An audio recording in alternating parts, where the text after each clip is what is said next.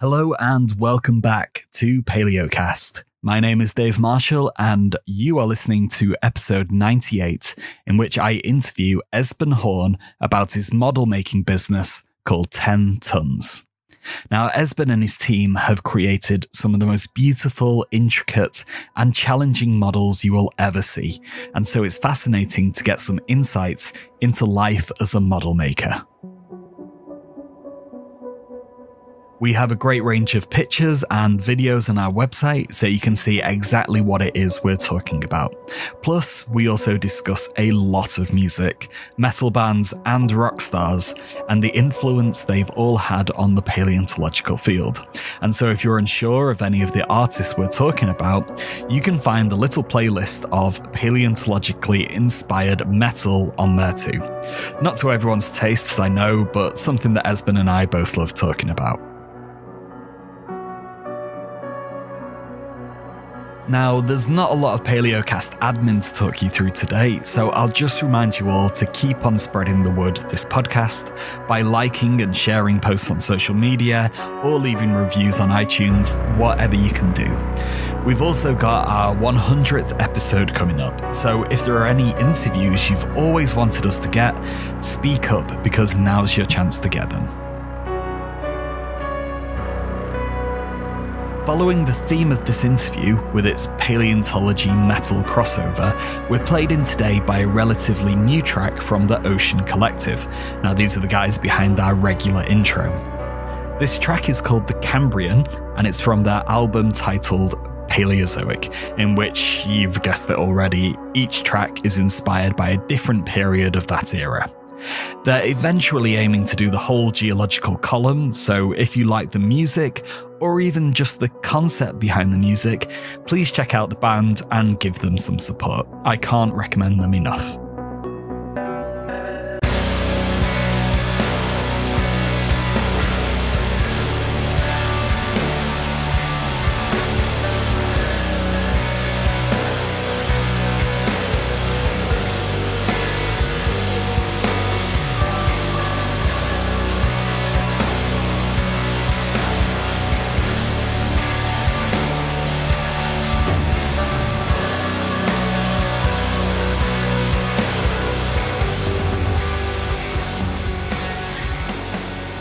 Hi Esben, thanks so much for coming on the show. Thank you. As always, we like to get to know our interviewees first. So please can you tell us a bit about yourself, really? What is your background and how did you first get involved in paleo art? Oh, yes. Actually, I'm educated a graphic designer, and I wasn't good at that, so I had to find something else. I illustrated some books, and I did some props for theaters and commercials. And one day, I heard about an aquarium that needed some models, and I thought, "Wow, this is great!" Because I've always been a nerd as I was a kid, very interested in paleontological stuff. So that got me started model making, and then later I got my first paleo art job. Well, we'll start talking about the models very shortly, but I always find it interesting to know what you would be doing if you weren't in your current role. Do you think you'd still be doing graphic design? Definitely not. No. Well, I've been doing this for 20 years, so it's really hard to imagine. I haven't been doing anything else. It would definitely be something creative. So sometimes I'm dreaming about when I get old, I'll become a woodcarver because, something like what I do, just more relaxed and more, on my own. So you do make paleo models. Have you ever made a wooden one? Only for myself. I made a wooden trilobite for myself on a summer holiday. So you've said that you've been doing this job for 20 years. So how long have you had your company, 10 Tons? Yeah, I have had it for 21 years, and as I told, I've been doing a bit of this and that, props, whatever. The first years, my first model making job, making scientific models for an aquarium, was in 2005, And my first Paleo job was in 2007. In 2007, making a 12-meter mosasaur for Geocenter Møn in Denmark. So that was the start, and it was really great. So you just started up just making any sort of biological model? I got a job making specific models, a whale and a whale's, what was that? What's it called? What is that? I forgot the name. Two big whale models and a jellyfish model. And that really did something to me. I found out this is what I want to spend the rest of my life doing, combining science that had been my passion as a kid with model making that I've been passionate about since. And your whales weren't to scale, were they?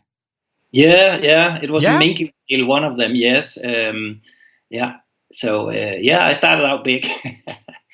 So which kind of clients do you have? Who comes to you and says, hey, we need a 1-to-1 scale whale making? It's public aquariums and it's natural history museums. They are the clients. And will they just email you and just say, hey, we've got this idea. We need this sort of animal making. Are you going to be able to make it for us? Or do you have to promote your services? How do you go about getting new commissions? Yeah, I wish it was that easy. I mean, after 20 years, I start getting there. They contact me, but I mean, the first 15 years, I've been really struggling, and I've been starting my car and driving all the way down through Germany, visiting museums, coming to UK, coming wherever, visiting museums, spreading the word that I'm here, handing out brochures, going to paleontological conferences, trade shows, so on. So I've been very aggressive trying to spread the happy word that we were making models. But during the last years, it has become, the word spreads, and we get a lot of really cool jobs now, finally. So over the 21 years that you've been doing this job, you've reconstructed such a wide variety of different organisms, and it's not just the vertebrates as well. So with all of that diversity, and considering you're a graphic designer originally, where do you start off making a model of a completely new organism? Well, of course, first I start researching, finding out what is this, getting as much pictures as possible. And then I start to discuss with the boys at the workshop how to break down the models. What do we need? What techniques do we need? Does it have to be translucent, semi-translucent, or opaque? Or does it have to be flame retardant due to security?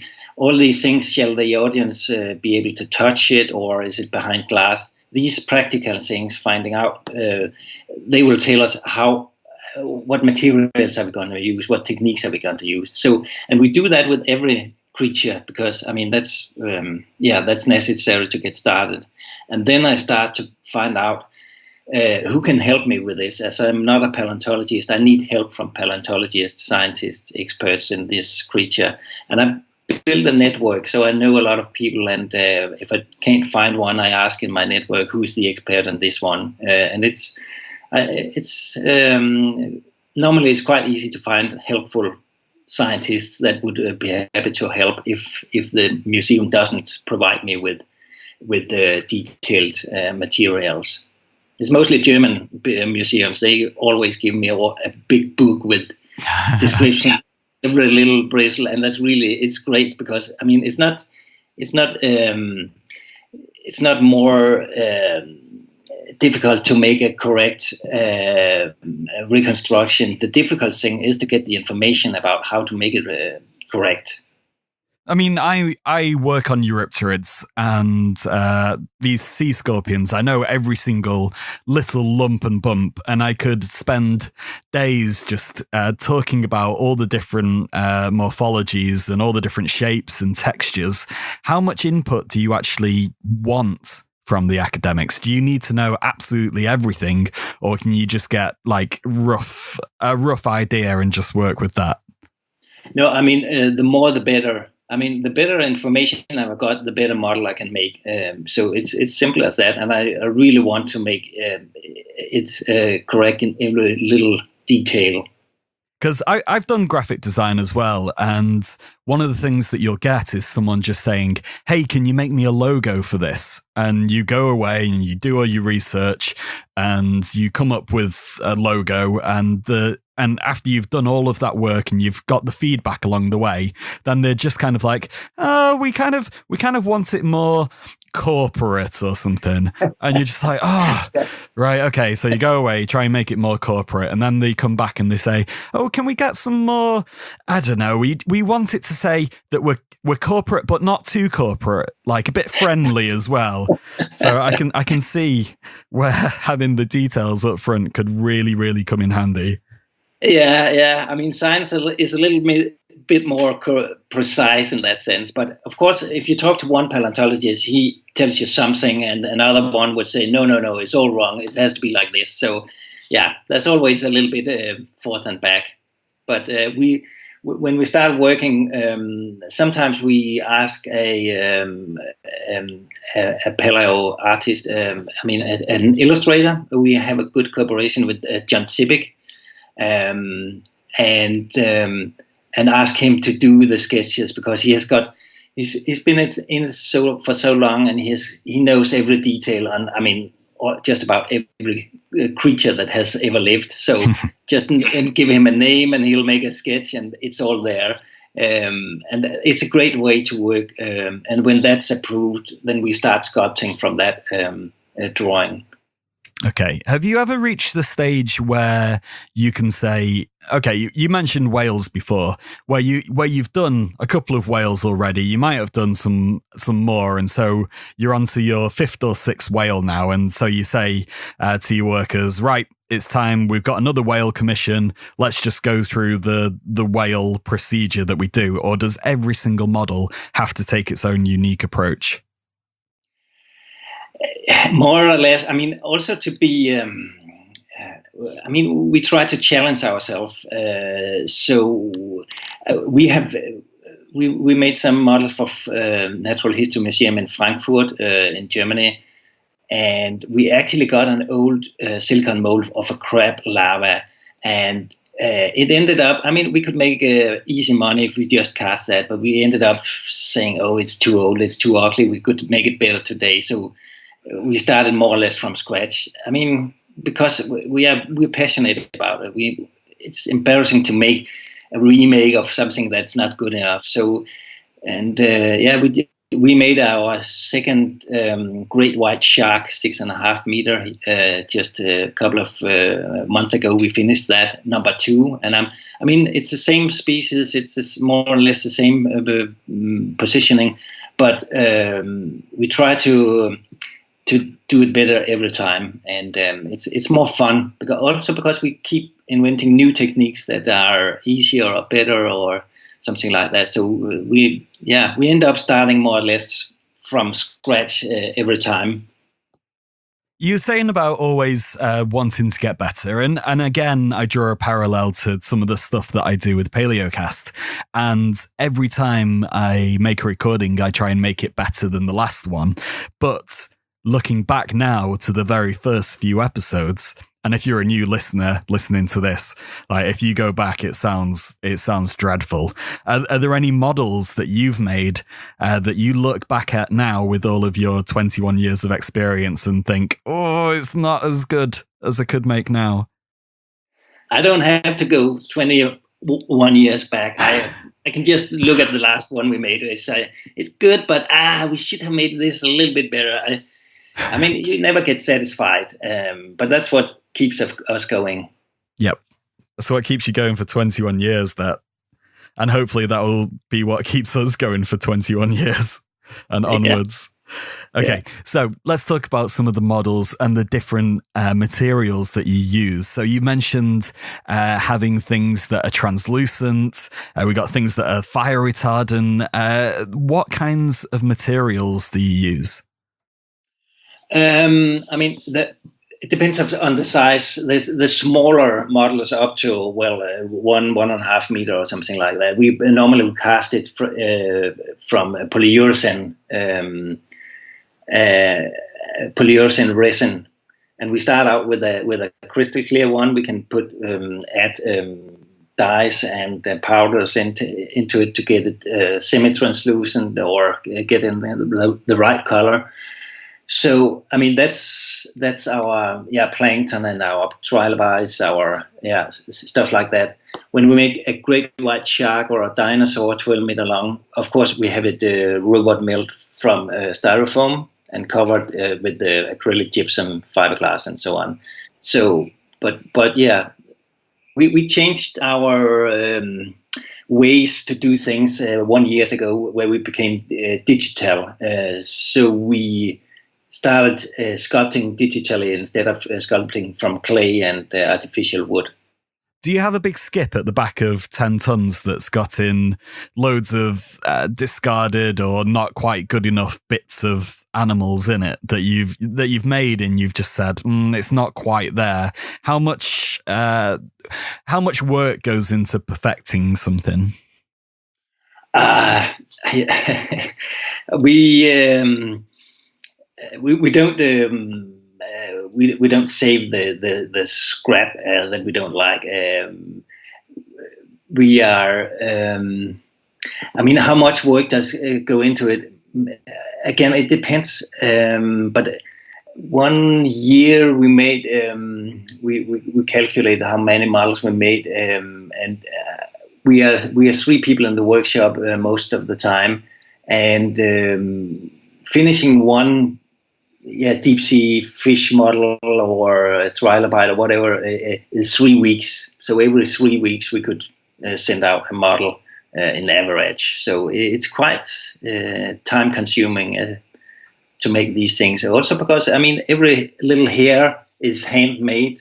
Then we make a silicone mold, then we cast the hair, then we drill a hole, then we put the hair in. So, I mean, everything's created with our hands or nowadays on the computer, but we still have to make silicone molds, cast them, assemble them, paint them. So they take a very long time to make. Are there any limits to the kinds of models that you can build? So you've built 1-to-1 whales. Like, could you build a blue whale? Is that too big? Or similarly, is something like a radiolarian, which is super, super complex but incredibly small, is that too difficult to produce? No, I mean, we haven't built a blue whale yet, but we are in the project planning one. And I mean, it's more like building a house than building a model. So it turns into something, really complicated with a lot of engineers and, but it's fun and it's challenging in another way.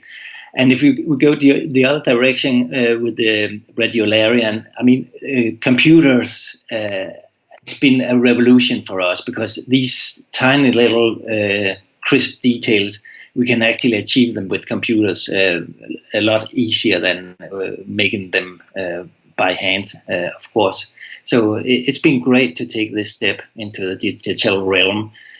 And so there's nothing we wouldn't build. Right now we are really struggling to deal with feathers, because it seems there's a big interest, especially from natural history museums, in having something looking like stuffed birds that are not stuffed birds because you can't shoot them anymore. So make sculpting and casting feathers with the semi-translucency that will make them convincing and look as good as stuffed bird. It's something we are struggling to be able to do. So that's a new frontier for us. So it sounds like there's so much work that goes into every single one. So once you've made it, are you able to produce copies? Are you able to get out the cast for whichever dinosaur, for example, and just run off extra copies and sell them all over the place? Or is each one completely bespoke? No, I mean, I got the intellectual property to my molds and my sculpture. So I mean, I can sell them unless a museum make a buyout. And we do sometimes, but too rare. I mean, it's when you get the mold, of course, it's easier to make number two, but most of the time museums want it in another position or bigger or smaller. So it happens every now and then that we make remakes, but most often it's just one-off. And your work's been really, really well received as well, and you've won some prestigious awards. Can you tell us about those? Yeah, first time was in Bristol. I think it was 2009. I got the Lansdorf Paleo Art Prize for Dunkle Osterus, and I was quite happy because it was it was a private project back then, because I just finished the Mosasaur, my first Paleo job, and I thought I need more of this, and then I just made this for more or less for fun. For myself, so I made a 2-meter version of Dunkle Osterus, and luckily it got this prize. And then in 2017 we got another Lansdorf Paleo Prize for an Archaeopteryx that was actually reconstructed feather by feather. Cannibal. We had cannibalized the other birds and turned it into an Archaeopteryx. So it was great because, again, this is new field for us. This where we don't sculpt everything, but using trying to make feathered dinosaurs, because I mean the museums need feathers on dinosaurs. So if we can crack that nut, it'll be great. So this was a nice award to have, because it showed that we were able to make something interesting. Yeah, that award is through SVP, I think, which is the Society of Vertebrate Paleontology. Have you found that you're getting more and more paleontological commissions over time? If I do, or do you think that you have got more over time? I mean, I get more and more jobs. So, and I guess that maybe half of them is paleontological and half is present creatures. One of the things that you did with 10 Tons is that you had a touring exhibition called Rock Fossils. I love the pun in the name. Can you tell us the concept behind this, please? Yes, actually it started because Jesper Milan from Geomuseum Faxe in Denmark, he sent me an article made by Mats Eriksson from the University of Lund in Sweden about a Silurian bristleworm named after King Diamond called Kingnetes diamondi. And I really thought this was funny because, I'm a metalhead, and I thought it was incredibly funny that a scientist would name a prehistoric creature after a heavy metal musician. So I sent him an email and said, "Whoa, this is great!" And we emailed forth and back, and then I suggested if he would supervise it, I could make a small model of a reconstruction, and that was actually the start. And then Jesper, he's in charge of the exhibition at his department on Geomuseum Faxe, and he said, "If you make a model, I make an exhibition." And then we also reconstructed another bristleworm that Mats named after Lemmy from Motorhead. So we had 2 models, and I think we had 3 posters, and that's just about that. And it became it got quite a lot of interest in the medias and on the internet. And I think a week after the opening, Jørn Hurum from Oslo in Norway called and said he wanted the exhibition. And ever since, it has just been touring. Yeah, we've had Jan on the podcast already. It's surprising how many people that we're covering on this show and getting this little network of paleocasters. Why is there such a strong relationship between rock and metal and paleontology, do you think? I don't know. I mean, yeah, I can't say why it's. You will find a lot of paleontologists that don't like heavy metal, but there seems to be a lot that does. And I think the success of the exhibition is the fact that people get amused and surprised that professors and clever people like this, like heavy metal and punk and so on. So I think it's just a funny connection. That seems to interest people. I'm just trying to think now if I've actually got a metal T-shirt on.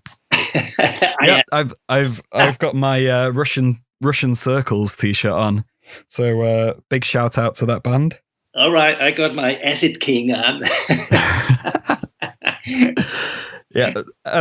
So yeah, I'm metal. You're metal. Mats Eriksson is metal. But are there just as many fossils named after more conventional musicians or film stars as well? Yes, there's a long list of celebrities that are named in honor of or fossils or present creatures named in honor of celebrities. And there's a list on Wikipedia called List of Organisms Named After Famous People. And you can see the whole list there. And there are people like John Cleese, Bach, Beethoven, Mozart, Freddie Mercury, Brad Pitt, Arnold Schwarzenegger, and so on. There's even Hitler, Barack Obama, Bill Gates, and you name it. There's a long list. Who named something after Hitler? Yes, and that was actually, it was to please him. It's a fly, so it wasn't to make fun of him. I heard about, there was kind of a worm named after Trump, I heard, because it put its head into the sand dunes or something like that. So, yeah. So I know that David Legg, who's a paleontologist who works on scorpions and other early arthropods, that he named one after Johnny Depp, and that got huge attention in the media. Yeah. And I just don't recognize them all because I'm not as familiar with as many of the people as I am with metal musicians. Yeah. So we've got fossils that are named after rock stars. Is it all of a certain group of fossils? So is there a group of fossils that lend themselves to being named after rock stars, like things that are all black and spiky and such things? No. I mean, there's a lot of trilobite named after rock stars, but I think it was because Greg Edgecombe from Natural History Museum in London was extremely productive during his younger years, more rebellious years. There's so many undescribed trilobites, so he just took groups like AC/DC, Sex Pistols, Rolling Stones, Ramones, and many more, and naming 4 trilobites after the 4 members of the group and so on. So there's a lot of these. I think trilobites are the most popular, but I think it depends on the scientist what he's into. We have recently had the exhibition in Luxembourg where Ben Tui, a paleontologist there, he invited us and he named a lot of brittle stars. That's his field. And of course, he named a lot of brittle stars after musicians. And it showed that he didn't know about others doing this. So, it's a subculture that pops up and is reinvented without... He wasn't even aware of other people doing this. It's just passion or whatever that makes him do that. You've mentioned the fossils that were named after King Diamond and Lemmy from Motorhead. What are some of the other ones that were included in the exhibition? There are more bristle worms. One named after Alex Webster from Cannibal Corpse. We made that as a huge leather version that is 2-3 meters high. Then we have a bird fossil named after Greg Graffin. Trilobites, a sea urchin, and even a mammal named after Mick Jagger. So that's a broad variety of creatures. I just don't understand why you'd name your mammal after Mick Jagger. Oh, that's actually a story about that, because they found the jawbone and they could see that there was a lot of there had been a lot of muscles and what's that called? They could see it has got very big lips, very sensitive lips. So that's actually the reason why. Right, I understand now. And did these models all have to be created especially for this exhibition, or did you have a lot of commissions that were all from people who had asked for models to be made? They just happened to be named after metal musicians. Did you go and say, "Hey, we'll make this for you"? No, I mean this is a kind of more project on my own, and it's, I mean, every time we rent out the exhibition and get some money, I spend them making another one. So it's just fun and passion. We never had a request on a model named after a celebrity just for another exhibition. We had it the other way around, that it was in Wales, Cardiff Natural History Museum there, that they actually bought a lemmy worm because they had an exhibition about brittle worms, and they would like to have the lemmy worm as well. Okay, so as paleontology fans, we can all appreciate having a fossil named after you. We can understand that honor. But have you ever heard of what the musicians think about this? I mean, it's not really normal to find out if you're Lemmy that someone's named a worm after you. Do you know what you thought about that? I don't know what Lemmy thought. Actually, one of the guys from the exhibition team sent him a T-shirt with Rock Fossils T-shirts, and he sent a photo back where he's holding up the T-shirts. And it was a few months before he died. I couldn't see a smile on his face. He actually seemed a little bored or thinking, "What the is this?" But we met at the first exhibition. We were lucky enough that King Diamond had a gig at Copenhagen, so he actually showed up at the opening, and he was very pleased to see the model and see that it had some big jaws that were scary looking. And then I heard a story about Greg Graffin from Bad Religion that was a little bit disappointed that it was just a little bird. He wanted something big like a T-Rex named after him. but we've been in contact with him, and he's very happy about this. And actually, he's a scientist himself. And then I've just been in contact with Sakis Tolis from Rotting Christ because Ben Tui just named a brittle star after the Toulis brothers, and they were very, very happy about that and sent me T-shirts and CDs and merchandise to show how grateful they are.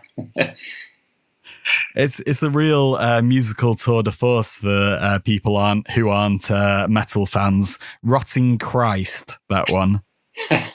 Actually, I got the honor that Ben Tui asked me who I would suggest, and so it was my suggestion that we took Rotting Christ. He didn't dare to name it Rotting Christy or whatever, so he took the Toulis brothers' last name instead. Right, I think that was sensible. I can't imagine the journal where you publish that being okay with no. that as the species name. Yeah. Right, let's talk about the exhibition then. So, how does the traveling exhibition work? Does the venue come to you and say, "Hey, we've seen this in the news. It sounds really super. We got this space. Would you come and show your stuff? It'll help sell tickets." Or do you have to go to the museums and say, "Can I buy this space off of you to share my exhibit?" Oh, it's actually like I told that Oslo just came. They heard about it and they said we want it. And then we have one of the members, Achim Reisdorf. He has been really fantastic. He's actually arranged most of the gigs. He has a huge network and is a huge metal fan. So he's been really passionate about it. And he actually got a lot of these jobs, making them happen. And I sold a few by contacting museums, trying to sell models. And we were talking about the exhibition, and they asked if they could have it. So, but no, we never rent space for it. We wait for museums to rent it from us. Okay, that's awesome. And are you still in the market for taking this exhibition further afield and taking it all on the road again? Oh yes, definitely. This summer it's visiting Sweden Rock Festival and Copenhagen. So it'll actually be a real rock exhibition. And then we are dealing with another museum. We haven't written the contract yet, so I won't mention the name. But November should be quite sure too. So it's moving on, and we are making new models. We are planning to make a snail named after Ronnie James Dio. It would be great to have a snail. I mean, no more trilobites or bracelworms. But this is great, and I was quite crazy about Dio when I was younger. So it'll be great. Why is this snail named after Dio? Holy diver! Yeah. I don't know. I mean, yeah. Was it really, really small? Definitely, yeah. Microscopic. So, yeah. Our audience are going to be so confused about what's going on. We're just making metal jokes. Right. And speaking of confused audiences, what has the perception of the public been when you've taken your exhibition around? Well, I'm there at the opening, and the people seem happy and amused, and of course I don't see what's going on the rest of the time. But Jesper Milan, he hosted the exhibition twice, when it opened first time, and then again later on when it has become bigger. And he said that he could definitely see that there was an exceptional ratio of people wearing black T-shirts among the visitors in the museum. So I think it works, and I think it's really interesting from natural history museums, because what they really dream about is having a new kind of audience, especially younger people. So I think that's why part of why it has become so popular, because they think, yeah, this can get us a new audience, and it seems like it can. We've spoken about all the new species that are being named after metal musicians, but if you could rename any given fossil species after someone in a metal band, who would it be and why? Could rename it? Mm-hmm. So if you wanted to rename T-Rex, you could name it Osborne Eye. Yeah. Oh, I haven't thought about that. Yeah, Osborne. Yeah, why not? What other kinds of exhibitions are you involved with? Oh, at the moment we are working on some models for Natural History Museum in Prague, Czech Republic. We are working on some models, hands-on insect models for zoo in Copenhagen. And we are making a handful of models for Natural History Museum in Bergen in Norway. And then we have a dinosaur for Zurich. And actually, Mats Eriksson is back with fundings, and we are working on an ichthyosaur fossil, making a model of that. So it's quite cool. And if money and logistics weren't an issue, what kind of other traveling exhibitions would you like to do? Do you like to do them, or is it something that you're only doing the one of? No, actually, we've been working on a lot of concepts, but we found it very hard to sell them because, the museums like to get the ideas and make it happen. So, but if I should really just dream about something, my first choice would be Explosion of Life, making a huge exhibition about Explosion of Life in the Cambrian, because this is really a crazy period with all these alien creatures. So that's a dream coming true for me. So overall, what has been your favorite fossil that you've ever reconstructed? I love every reconstruction I've made, but I think that I told you about Dunkley previously. I've been crazy about that, for a very long time. I found a drawing I made when I was 10 years old. I've been crazy about it ever since. So I think that must be my favorite. Do you ever see your work represented in the paleo art of others? So like maybe some up and coming young paleo artists, you start seeing like the specific poses of your Dunkleosteus and the colors that you've used on it. Do you ever recognize your own work? Not on the paleo art yet, but we had some deep sea fishes that were quite looked like copies of ours, but that's all right. Ours were better. And what have been the most challenging ones that you've ever made? It has been the one-to-one reconstruction of Burgess Shale fossils for Natural History Museum in Stuttgart. They wanted them small. Most museums want blow-ups of these small creatures so you could see them, all the details. But Stuttgart wanted them one-to-one, and that was before 3D printing and so on. So we actually had to invent techniques so that we could make a big trilobite, maybe 20 centimeters, and then we could shrink it by making the silicon molds shrink. So we took them down in size generation for generation, and it was a crazy project, but it came out really fantastic. Of course, today you just sculpt them digitally and print them small instead of big, but this was a crazy project that was almost breaking us because deadline came nearer and nearer, and you can't force this because you add benzene into the silicon, and you just have to wait for it to evapor, and then the silicon mold shrinks a little bit, and then you have to do it again and again and again until you have it in the right small size. So that's the most complicated we made. And you mentioned the 3D printing there.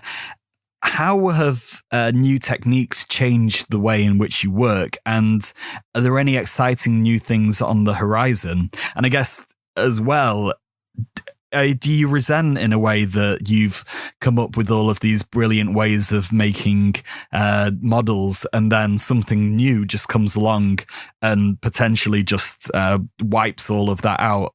Yes. 3D printing is... It's a revolution for us working digital, but you're right. It's a two-edged axe because maybe someday in the future you could just print what we spent a very long time casting. Where we are quite alone is making this subsurface scattering, casting intestines, casting something muscle tissues on top of that, and outer crystal clear shell. And one day, you can print this already, but it's not that good enough. It's not good enough. So, but of course, in maybe 2 years, 5 years, 10 years, it'll be there, and you can just print our models. You don't need us to work for months in the lab. And then we have to find something else to do. But we really embrace digital technology so far because it makes our models better, also for present creatures like insects and so on. We can micro CT scan them and print them. They get, they're just so much more accurate than we could make them before. Okay, that's all of my questions. So thanks so much for coming on the show, Esben. Yeah, you're welcome. Thank you.